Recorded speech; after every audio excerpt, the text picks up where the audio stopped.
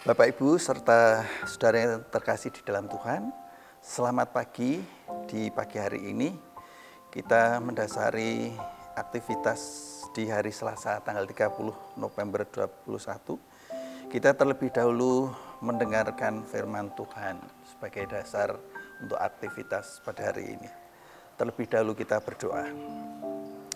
Segala puji hormat, kemuliaan yang Maha Kudus kami haturkan kehadirat-Mu Tuhan.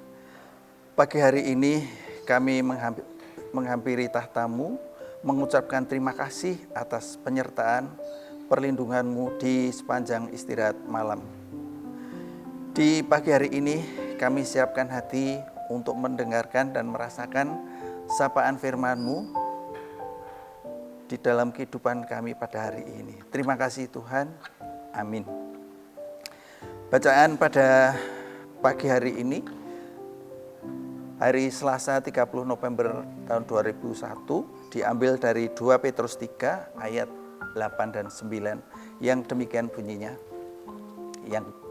Ayat yang ke-8, akan tetapi saudara-saudaraku yang terkasih, yang satu ini tidak boleh dilupakan, yaitu di hadapan Tuhan satu hari sama seperti 1000 tahun, dan 1000 tahun sama seperti satu hari.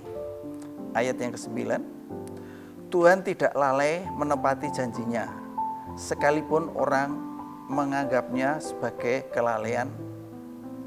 Dia sabar terhadap kamu karena Ia menghendaki supaya jangan ada yang binasa, melainkan supaya semua orang berbalik dan bertobat. Berbahagialah Bapak, Ibu, dan kita semua setelah mendengar, memahami, serta melakukan firman Tuhan di sepanjang kehidupan kita. Bapak, Ibu, serta saudara yang terkasih, latar belakang bacaan tersebut adalah timbulnya pengejek, masih juga ditambah dengan ajaran-ajaran sesat di tengah kehidupan jemaat, yaitu tentang kedatangan Tuhan yang kedua. Para pengejek itu berusaha mengaburkan, bahkan menyesatkan hari kedatangan Tuhan dengan berbagai komentar. Tuhan lupa akan janjinya. Masih ada lagi, hal tersebut sekedar kabar hoax atau kabar bohong. Masih ada lagi, Tuhan gak jadi datang, mungkin dia batal. Itulah komentar-komentar yang berusaha menyesatkan kehidupan jemaat saat itu. Tapi di sisi lain, Petrus justru sedang membangun dan menguatkan kehidupan jemaat menghadapi ajaran sesat itu dengan menyadarkan jemaat bahwa jemaat sedang dalam proses waktunya Tuhan. Jadi kehidupan jemaat yang menghadapi berbagai masalah, berbagai kendala, itu justru saat itulah Tuhan memakai kehidupan jemaat. Sebab Tuhan itu punya otoritas perjalanan waktu. Tadi dijelaskan di dalam ayat 8, kehidupan Tuhan, kehadiran Tuhan itu 1000 tahun atau 10.000 tahun itu sama satu hari bagi Tuhan. Ini menjadi bagian yang harus dilakukan Tuhan. Kita sebagai manusia tidak bisa mengintervensi apa yang menjadi otoritas Tuhan. Ini yang dijelaskan di dalam ayat yang ke-8 tadi. Jadi bagian dari Tuhan, bagian yang harus dilakukan. Bapak, Ibu, serta jemaat Tuhan yang terkasih, tadi yang menjadi bagian Tuhan adalah Dia punya otoritas waktu. Dia mengendalikan sepenuhnya. Dia punya hak penuh tentang perjalanan waktu. Terus bagian kita apa? Di dalam ayat 9 bagian yang terakhir, hidup di dalam pertobatan. Tuhan sedang memproses kehidupan kita untuk memperbaiki diri kita ke arah perubahan. Perubahan di sini dalam arti bukan sekedar tampilan atau yang nampak bagus, tapi kita terus berproses. Perubahan dalam arti pertobatan di sini ada 3 unsur, yaitu pikiran, hati, dan tindakan untuk berbalik yang semula dari cengkeraman dosa berbalik kepada Allah. Seseorang yang lebih mengutamakan atau mengedepankan tindakan dalam pertobatan itu sedang pikiran dan hati itu belum berproses. Jadi dia lebih mengutamakan tindakan. Itu dengan istilahnya adalah legalisme.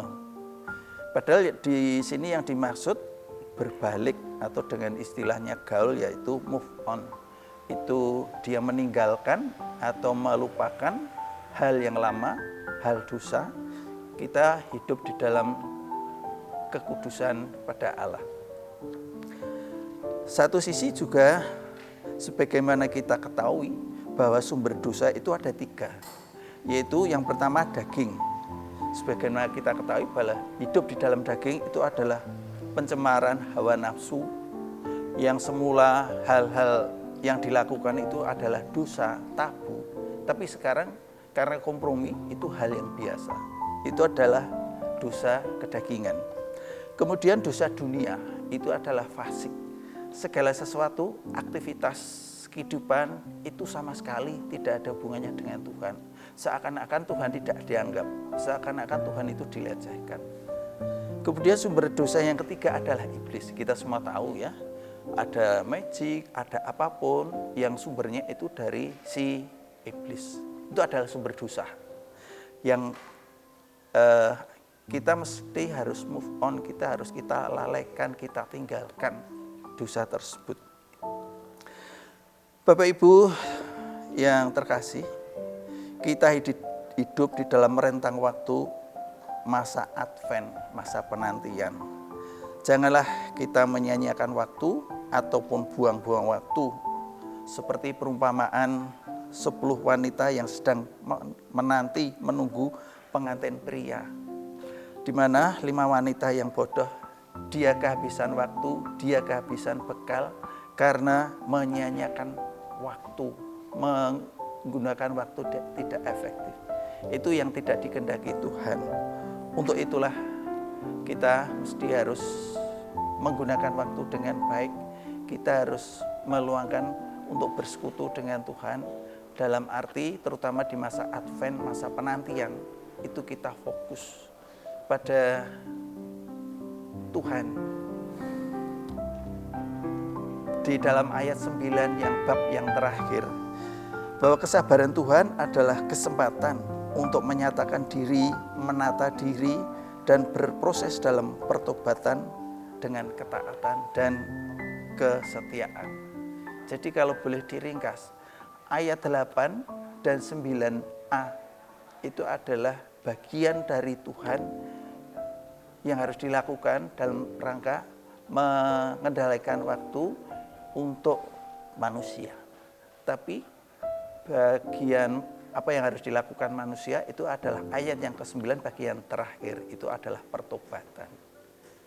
Saya kira itulah renungan untuk hari ini, bagaimana kita menyatakan untuk bertobat, kita menyatakan untuk move on, kita meninggalkan dosa, dan kita berbalik pada sepenuhnya kendali kehidupan kita pada Allah. Amin. Mari kita berdoa. Tuhan Allah Bapa Surgawi, pada pagi hari ini Selasa 30 November 2021, kami mengucapkan terima kasih karena Tuhan sudah berkenan mengingatkan kami semua untuk hidup di dalam kekudusan dengan ketaatan dan kesetiaan di dalam menunggu harinya Tuhan. Kami haturkan seutuhnya kehidupan kami, pelayanan kami ke tangan-Mu yang penuh kuasa. Untuk itulah Tuhan, untuk kehidupan pada hari ini, sepenuhnya Tuhan yang nantinya akan mengatur kehidupan kami seutuhnya. Terima kasih Tuhan. Amin.